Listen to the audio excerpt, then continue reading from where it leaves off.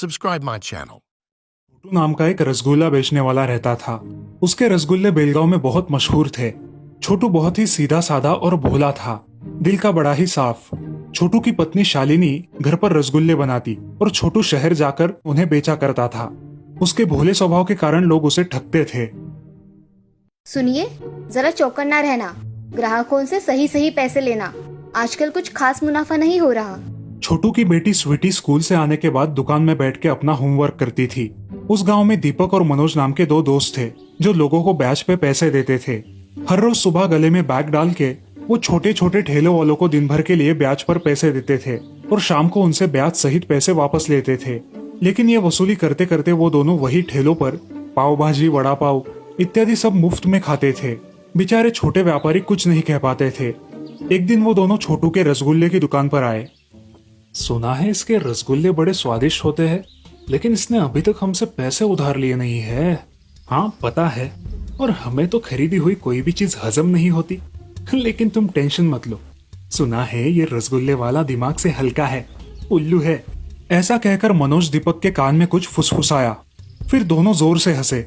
दोनों एक दूसरे को ताली देकर छोटू की दुकान पर आए। नमस्कार, सुना है आपके दुकान के रसगुल्ले बड़े स्वादिष्ट है। गांव वालों ने बहुत तारीफ की। हमें 4 रसगुल्ले दीजिए ना, जरा हम भी तो देखें क्या खास बात है आपके रसगुल्लों में। छोटू ने खुश होकर दोनों को रसगुल्ले खिलाए।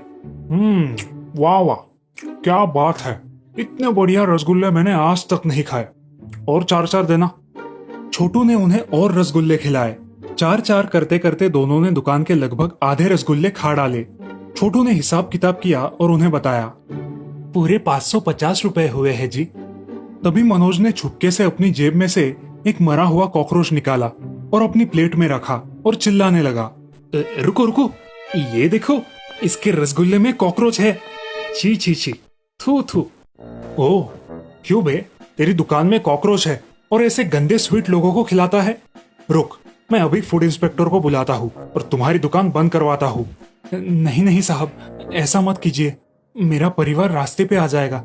ऐसा मत कीजिए, मैं आइंदा से पूरा ध्यान रखूंगा। मैं आपके पैर पड़ता हूँ साहब। ठीक है, इतना गिड़गिड़ा रहे हो तो इस बार छोड़ देता हूँ, लेकिन दोबारा ऐसा मत करना। दीपक और मनोज वहां से चले गए और छोटू ने राहत की सांस ली। अगले ही दिन दोनों फिर से छोटू की दुकान पर आए। छोटू दादा, ये मनोज आपका अपमान कर रहा है। कहता है कि आपके दुकान के सिर्फ 4 ही रसगुल्ले खाए जा सकते हैं और उससे ज्यादा खाएंगे तो उल्टी हो जाएगी। लेकिन मैंने कहा नहीं भाई, 15-20 तो आराम से खा सकते हैं। मेरे साथ बहस करने लगा। अब आप ही बताइए, मैं सही हूँ या ये? दीपक की बातें सुन के छोटू ताव में आ गया। आप ही सही हो साहब, मेरी पत्नी के हाथों में जादू है, जादू। जितने चाहो उतने रसगुल्ले खा सकते हो। एक खाओ तो और खाने का दिल करता है, चाहो तो आजमा लो। दीपक और मनोज ने एक दूसरे को देखा। छोटू उन्हें रसगुल्ले देता गया और वो खाते गए। आखिर जब छोटू ने हिसाब किया, टोटल 650 रुपए हुए हैं साहब। क्या बकवास करते हो, तुमने शर्त लगाई थी इसलिए हम खाते गए, अब हम क्यों दे पैसे? अरे वाह भाई, भलाई का तो जमाना ही नहीं रहा। चलो दीपक। ऐसा कहकर दोनों हंसते हंसते वहां से निकल गए। वैसे तो साहब ठीक कह रहे थे, शर्त मैंने ही लगाई थी। इस तरह दीपक और मनोज रोज वहां आते, कोई ना कोई कहानी बनाते और छोटू को मूर्ख बनाकर फोकट में रसगुल्ले खाकर वहां से चले जाते। ये सब वही पास में बैठकर पढ़ाई करने वाली स्वीटी देखती थी। एक दिन घर पर शालिनी ने छोटू से कहा, सुनिए, आपके दुकान में रसगुल्ले की अच्छी बिक्री हो रही है, लेकिन पैसे क्यों कमा रहे हैं घर पर? ऐसे ही चलता रहा तो गुजारा कैसे होगा? क्या बात है, अगर आपको धंधा नहीं जम रहा तो मजदूरी करके घर चलाएंगे। पिताजी की कोई गलती नहीं है माँ। दुकान में रोज 2 लोग आते हैं और रसगुल्ला खाकर बिना पैसे दिए चले जाते हैं। वो दोनों पिताजी को ठग रहे हैं और पिताजी को कुछ समझ ही नहीं आ रहा। ऐसा कहकर स्वीटी ने सारी पिछली बातें शालिनी को बता दी। अगले दिन दीपक और मनोज वापस छोटू की दुकान पर आए। 4 रसगुल्ले देना भाई। तभी शालिनी अपनी गांव की 5-6 सहेलियों के साथ वहां आई।